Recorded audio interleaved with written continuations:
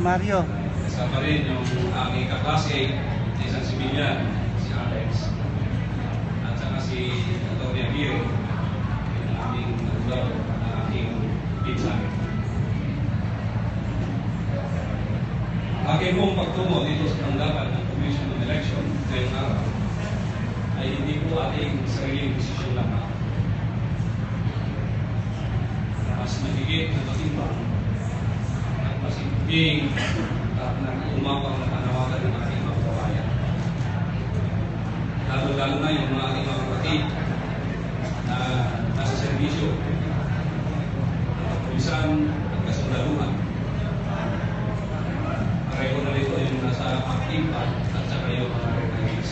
Kaya sinama ko yung isang retiree na membro ng Special Action Force na naging kasama ko nung ako'y secretary ng doon sa Special Action Force na bago pa lang na ito. Nais kong ipatuloy yung hikain na aming inaguyod ang matagal kong pagsisipusyon ng kapulisan. Ito yung katahimikan ng ating sabayan ng Pilipino. Hindi po ikakaila na isa rin dahilan yung aking pagpunta ito ng pagpapayag ng Tatayasi na senador. Para makamit yung justisya ng aking nakakuha na namatay ko sa mga sapang incident noong January. Nasa tagal ng panahon ay ang gayon nailaw yung bagay na yun para sa kanila.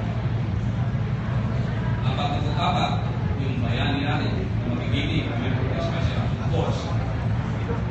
Kung sila ay buhay na yun, siguro nasisigaw at tatasungan ng justisya sa nangyari o sinabi.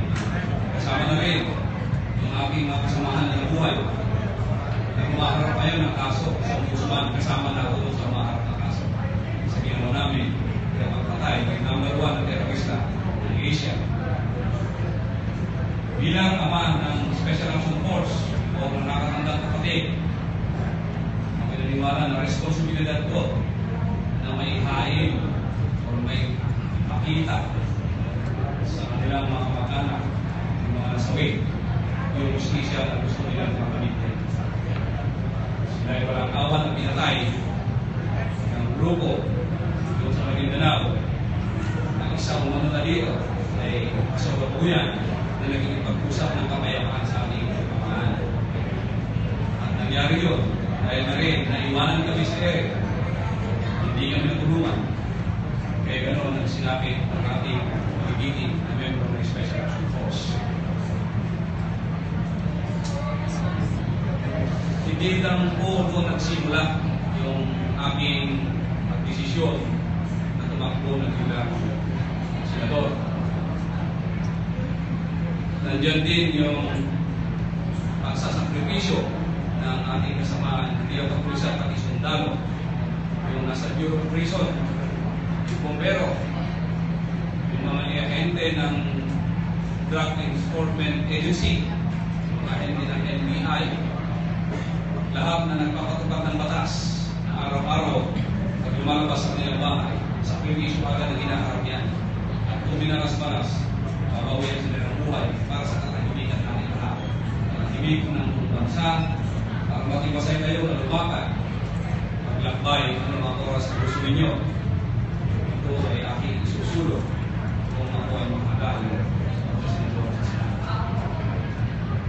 Sinasabi ko ito dahil sa halos 4 na dekada ko pagsiservisyo, personal ko nakita ito.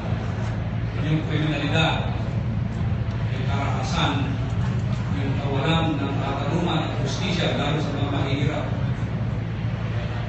Kung tinignan nyo yung aking record, karamihan ng aking pagsiservisyo doon sa Central Mindanao o sa Southern Mindanao. Doon kung saan medyo masabi natin, magulo, nangyari na rin, tayo na rin ang nilalabay sa pakayagan. Sunod-sunod na yung bombahan sa Basilan, sa Obato, namin o sa government. Ito ay bigyan natin ng tulot. Ako ay bigyan ng pagkakataon ng ating mga kababayan.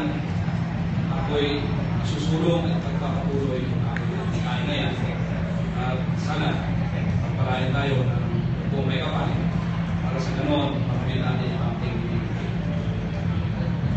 Ako'y nagpapasalamat ngayon at nalilito tayo, nakikita tayo muli.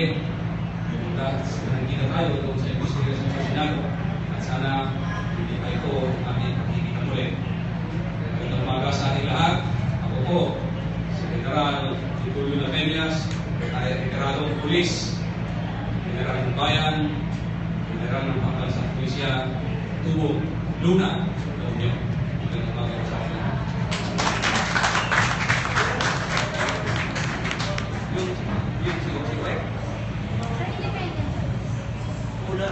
Una, yung partido namin po.